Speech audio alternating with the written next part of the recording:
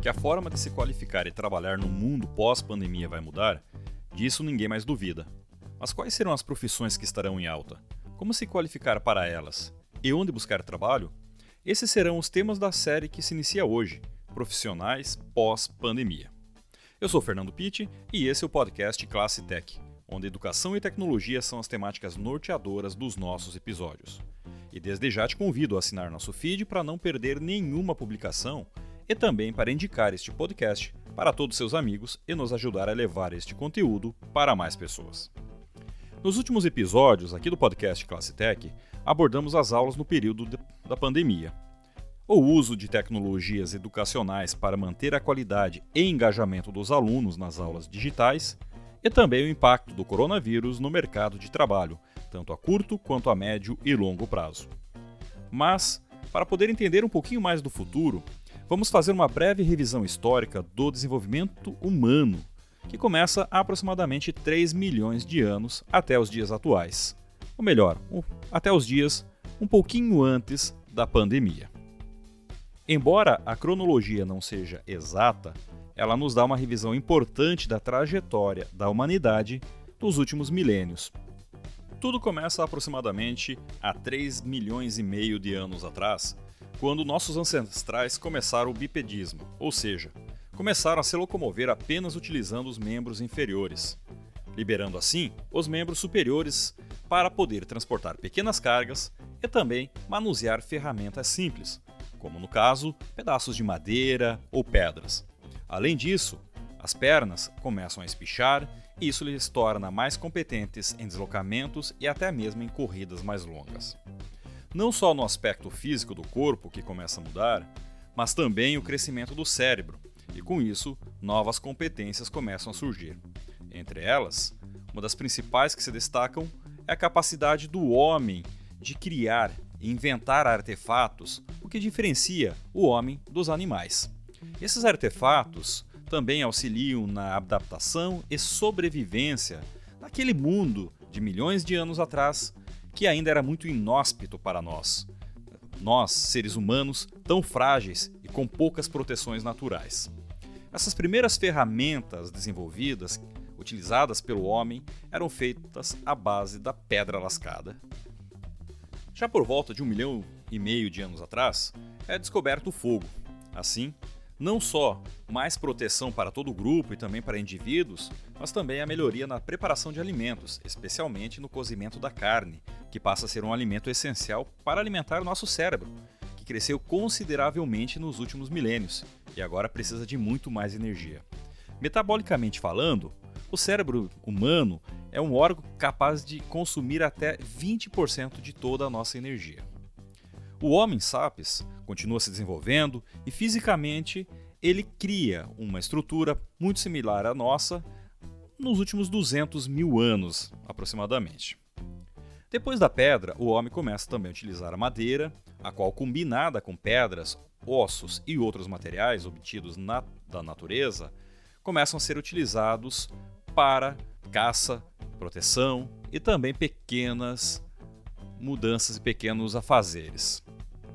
A junção da pedra com madeira como um instrumento mesmo só deve acontecer por volta de 30 a 50 mil anos atrás. E esses primeiros instrumentos que temos acesso, que temos indícios, foram machados e martelos, o que também começa a facilitar ainda mais tanto a proteção, quanto o ataque, quanto a obtenção de alimentos e até mesmo pequenas construções. Nesta mesma época, por volta de 30 mil anos, também começam as grandes migrações do ser humano por todo o planeta. Outro salto enorme para a humanidade se dá por volta de 10 mil anos, quando começa a dominar a agricultura rudimentar e também a domesticar os primeiros animais. No caso, foram bois, cavalos e mais tarde os carneiros. Com isso, eles passam a ter mais acesso a carne e leite, os cavalos também começam a dar mais força de tração animal, até mesmo para pequenos transportes, e começa aí uma seleção natural destes animais, os quais chegam até nós hoje de forma muito mais domesticada por uma seleção natural naquele momento. Essa domesticação também, junto com o desenvolvimento da agricultura, permitiu que o ser humano começasse a ter mais acesso ao alimento e até mesmo que pudesse ter alimentos em excesso em alguns momentos. Esses alimentos em excesso, ou melhor, o excedente de alimentos, podem permitir que o homem sobreviva e passe períodos mais longos, por exemplo, invernos rigorosos ou até mesmo secas, sem a necessidade de se locomover de um lado para outro. E também lhe dá mais condições de sobrevivência ao clima, ao relevo e também a todas as intempéries impostas a ele.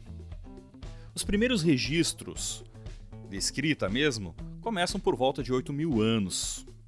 E, logo em seguida, o domínio dos metais. Um marco para isso é o Machado de Otzi, que tem uma datação de aproximadamente 5.300 anos e é feito de cobre, e foi descoberto onde hoje é a fronteira entre a Itália e a Áustria. Embora a utilização de aço, que inicia logo em seguida, por volta de 5 a 3.000 anos atrás, já possa permitir a obtenção de ferramentas mais duras e mais resistentes, espadas e outras ferramentas, o acesso mesmo à obtenção destas ferramentas era muito custoso e de difícil acesso e também muito limitadíssimo. Quem tinha um maço de prego nessa época era considerado rico. Foi somente com a invenção dos alto-fornos, por volta ali do século XVIII, que foi possível elevar a produção do aço e assim baratear muito os materiais feitos a partir dele. Então, a partir disso, novas ferramentas de cortar, desbastar e dobrar foram criadas e, por consequência, outras ferramentas foram criadas a partir delas. No campo da escrita, a invenção da prensa de Gutenberg no século XV torna os livros acessíveis para todos, ou melhor, mais acessíveis, que até então eram limitadíssimos a pequenas classes, a pequenos grupos religiosos que dominavam a leitura, a escrita. Além dos livros, também surgem jornais e outros materiais impressos. E assim, mais informação começa a circular por todo o planeta. Dentre os desenvolvimentos mais recentes, podemos destacar o domínio da utilização do carvão e da máquina a vapor para substituir a energia eólica e a energia das águas, que até então eram as únicas fontes mais robustas de energia, tirando a energia por tração animal.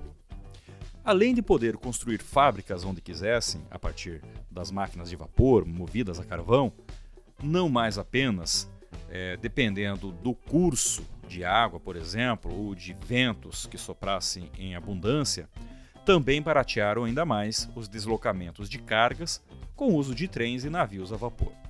Essa grande revolução que surge por volta aí do século XVIII ao século XIX é chamada da primeira grande revolução industrial, aonde tem como marco a máquina a vapor. Já a segunda revolução industrial inicia ainda em meados do século XIX e perdura até meados do século XX, período que foi marcado pelo uso de combustíveis fósseis e também pela eletricidade, além do aprimoramento das técnicas de produção e criação também de novas máquinas. Num espaço de tempo muito mais curto, surge a terceira revolução industrial, a qual inicia por volta de 1950, logo no pós-guerra, e dura até a atualidade, dividindo o espaço com a quarta revolução industrial, que já iniciou. Ela é marcada pelo uso da eletrônica, computadores e internacionalização das indústrias. Nem saímos ainda totalmente da segunda e terceira revolução industrial. Algumas corporações e nações já começam então a conviver com a quarta revolução industrial, ou também popularmente conhecida já como Indústria 4.0, onde a automatização passa a ser a palavra da ordem. Para tal, o sensoriamento e a comunicação entre máquinas é só um dos requisitos. Vejam que a velocidade das mudanças tem aumentado exponencialmente.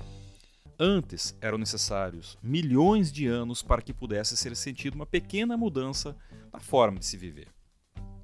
Depois milênios, séculos, era preciso gerações inteiras para que qualquer tipo de mudança afetasse a forma de viver. Agora, no campo do trabalho, se a gente for considerar os últimos anos, especificamente os últimos séculos, imagine que nossos avós, por exemplo, nascidos aí no início do século XX, a maioria deles teve uma vida profissional bem estável e muitos deles ingressaram e se aposentaram na mesma empresa. E olha, nós estamos falando de apenas um século. Já nossos pais, que devem ter nascido aí por volta de 1950, 1960, ou seja, ali por volta de meados do século XX, muitos deles já tiveram que se adaptar e talvez até trocar de emprego e profissão, uma ou duas vezes, em alguns casos até mais.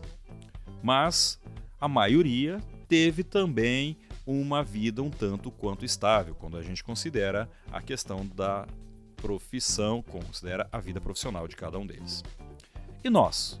A maioria de nós, eu me considero, nascido aí no final dos anos 1990, quantas mudanças já passamos e quantas outras ainda vamos passar? Muitos ainda não tiveram nem tempo mesmo para se adaptar às rápidas mudanças que a indústria 4.0 tem imposto a todas as nações. Ou seja, ainda estamos vivendo, ainda estamos tentando entender o que é essa indústria 4.0, o que é essa automação, o que é essa automatização, sensoriamento, inteligência artificial, data science, ou seja, ainda estamos entendendo em que mundo nós estamos vivendo. E de repente, chega uma pandemia e em questão de meses faz com que o mundo mude ainda mais velozmente. Antes, eram necessárias gerações inteiras. Lá no início da humanidade, milhões de anos para qualquer mudança. Hoje, foi necessário apenas alguns meses. Vejam, nós estamos aí há menos de 6 meses de pandemia aqui no Brasil e olha quanta coisa mudou. Teletrabalho, home office, a educação à distância, tantos tabus que eram até então divididos ou até mesmo, de certa maneira, retardados para um momento posterior, passaram a ser a regra do jogo. Tudo isso em questão de meses. E se a gente for um pouquinho mais a fundo, a gente vai perceber que essas mudanças todas ocorreram, na verdade, em semanas. Aqui em março, aproximadamente, quando o Brasil como um todo começou a declarar os distanciamentos sociais, lockdown em seguida, ou seja, começou a colocar as restrições de movimentação, a adaptação teve que ser muito rápida, em questão de semanas, teletrabalho, home office, educação à distância passaram a ser utilizadas. Então, e o que virá depois? O que está acontecendo é muito rápido. Então a gente já conseguiu entender o que passou, agora o que virá para frente. Então, apenas saber o que está acontecendo e suas consequências não é o suficiente.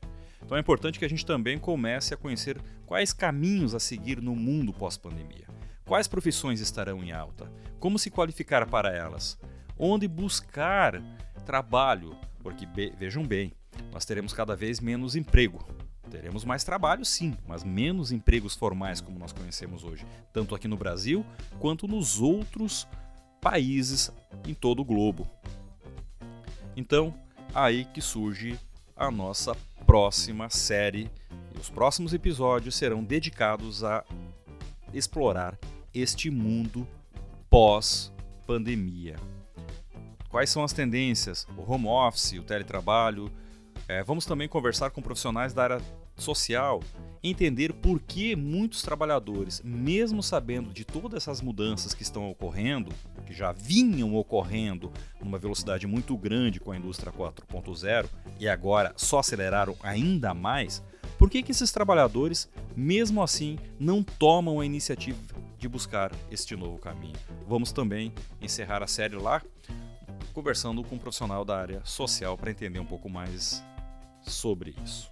Te aguardo nos próximos episódios, mas enquanto isso, lembre-se que bastam alguns poucos cliques para compartilhar este episódio com seus familiares e amigos. E não se esqueça, siga nosso feed, indique para todos seus amigos o Classe Tech e também, se estiver ouvindo aí pelo Apple Podcast, marque as estrelinhas e deixe seu comentário. Quer mais conteúdo como este?